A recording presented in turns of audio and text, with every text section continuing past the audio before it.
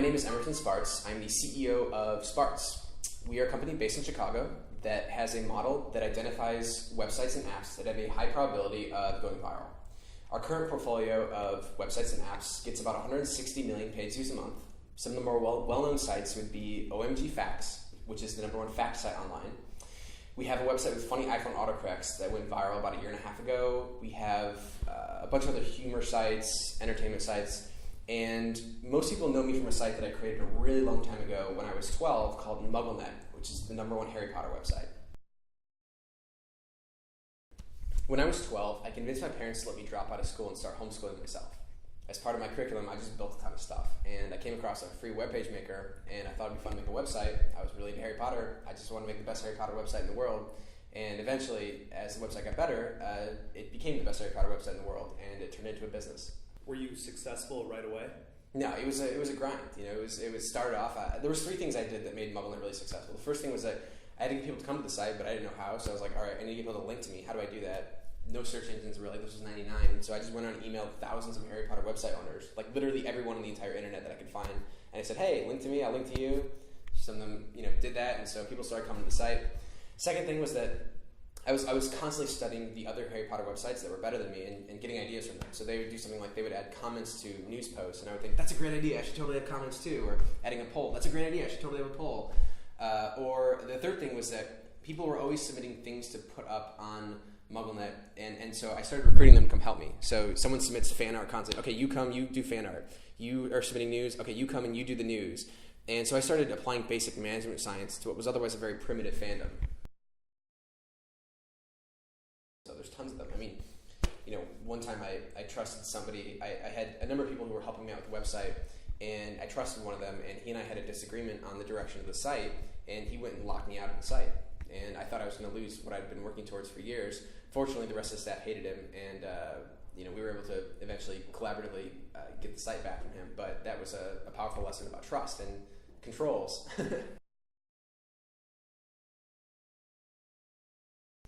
So one of the biggest things I learned was the importance of not reinventing the wheel. So in the Harry Potter fandom in particular, it was the same content on most sites, and most Harry Potter website owners would create the same content that all the other sites had, and they would create it themselves instead of just more effectively using content that already existed. So I learned the importance of not reinventing the wheel. I learned the importance of harnessing the power of the creative energy of people who are passionate, because Harry Potter fans were really passionate, and I was able to more effectively than my competitors able to harness that energy by recruiting them to come help me instead of just trying to do it all myself. And specialization of labor too. Like, ooh, you're really good at coding and I'm not very good at coding, so you come help code. You're really good at writing and I'm not a very good writer, so you come help write. And realizing how much more we could do if I spent more time figuring out how to put the right people in the right places as opposed to trying to do it all myself. Yeah, my father. My father was, he's a businessman himself, but he mostly stayed out of my way. Let me make a lot of mistakes myself. But if I was about to make a really, really, really big mistake, he would step in and help making sure that I was seeing all the possible consequences of my actions. As you can imagine, being 12, there's a lot of very bad decisions that you can make, and making sure that from time to time that he would ask me some good questions was very important to my development. First big turning point was when I realized how much faster you can go and how much further you can go if you surround yourself with great people who are better than you at areas that you're not. When I started hiring people, I had to grow up really quickly. I was just a kid, and I had to pretend to be older so that they would respect me and that they would be willing to take my advice and my leadership. And that forced me to grow. Because that forced me to grow up really quickly, it enabled me to be the leader that I had to be. A major turning point was when I had this epiphany when my parents pretty much stayed out of my way. They let me study whatever I wanted, but one thing they did do that was really smart when I was homeschooled was they had me read 4 short biographies of successful people every day. And just imagine what happens to your brain when you're 12 and you start spending several hours a day, every day, immersing yourself into the lives of the most successful people of all time. You start to think really big. And I had this epiphany, and I thought to myself, if I can do all this and I'm only 12, imagine what I can do when I'm 17, which of course is a very old age when you're 12. And I decided that I wanted to change the world. And once I decided I wanted to change the world, I began immersing myself into the lives of people who had already changed the world to see what patterns I could extract from their experiences. And in doing this research, one conclusion I came to very quickly is that people who change the world tend to be extraordinarily influential before they change the world. So I realized that influence and impact were inextricably linked. And there's one particular type of influence that really captured my imagination, and that was virality. Because to me, virality was like having a superpower. I mean, if you could make things go viral, you could tip elections, you could overthrow dictators, you could start movements, you could revolutionize industries. So when I started studying virality, I studied network science, network theory, persuasion theory. I spent about 6,000 hours studying neuroscience, cognitive psychology, behavioral science, and I had an epiphany. And it was the kind of thing that I was an academic, I would have started publishing papers on it, but I'm an entrepreneur, so I just started testing it right away. I used Facebook as my first petri dish. I developed a series of algorithms designed to get Facebook pages to go viral and created dozens of pages that went from 0 to millions of fans over a period of a few hours to a few days. So what I was basically doing is I was testing hundreds of different variables and seeing which variables correlated positively to virality, and then I kept shortening the viral loop until I could tell within 20 seconds if a page is going to go viral. So these were all network level insights with like nodes, hubs, things like that. So I was able to take the same ideas from Facebook to Twitter, get millions of followers on Twitter, YouTube, Tumblr, websites, apps. It actually didn't matter which platform.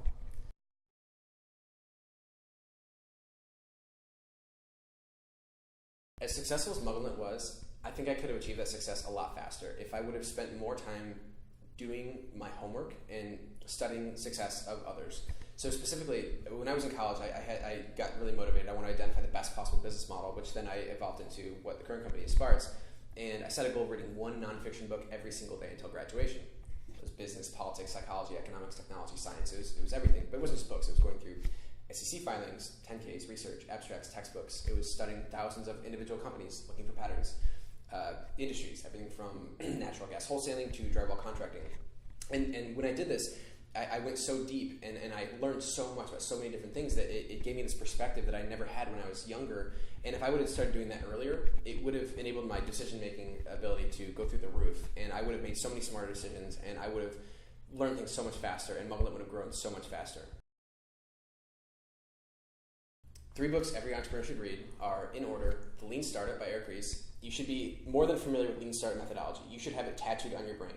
Most startups know they need to be lean. You don't need to be lean. You need to be leaner than everyone else. In your startup, you have 3 options. You either are lean, you fail, or you get lucky. Second book is Lean Analytics. It's basically just a subset of Lean Startup. It's how to understand numbers and which numbers are most important to you as a startup. The third book is Word of Mouth Marketing by Andy Service. Now, this isn't relevant for everyone, but for if you have a business and you're trying to get customers, like you need to understand word of mouth marketing. This is another way of saying viral marketing. This is the best book on the subject. I want to change the world. I want to change the world on a massive scale. I'm on the way of doing that right now. Now, how I'm going to change the world, I've got a lot of ideas for that, but the world's changing so quickly that I have no idea specifically what I'll be doing 10 years from now. Yeah, I don't have any specific. I know there's a lot of things I could go off of. I could say okay, I want to eradicate a tropical disease negatively afflicting the lives of 300 million people around the world. I want to create, engineer, or pioneer a technology that enhances the lives of billions of people. I mean, there's so many things that I want to do, but I'm very opportunistic about it. It's I'm going to go wherever I can create the biggest impact with my time, and the opportunities I'm looking at now are not the same opportunities I'm going to be looking at 10 years from now. So I have no idea specifically what I'm going to be doing, but I know that I want to change the world. I'm going to give a little bit of different piece of advice than most people would give. Most of the advice that people give when they ask this question is the same kind of generic advice, and it's valuable advice, and it should be treated very seriously. The advice I want to give that's a little bit different is to stop reinventing the wheel. Whatever problems you're facing, whatever challenges you're facing right now, they seem like they're really original. You seem like you're the only person in the world who has these problems, but you're not. There are so many people all around the world that have faced similar problems to you, and many of those people have already figured out what to do. And you're sitting there trying to whiteboard a solution out, and there's plenty of people that if you just did your homework and you really, really talk to a lot of people and ask who's already solved this and what did they learn, and you Google like crazy and you do your homework online, offline, you're going to find out that someone's already figured it out. You're trying to figure out how do I get customers for my XYZ product? Get out of the room, get out of the whiteboard, and spend more time talking to other companies that have already solved that problem, and then do the same thing they did that was successful, or do something similar to it, but learn from what they've already learned about how to solve this problem. I'm Emerson Spartz, and you're watching ListenUp.tv.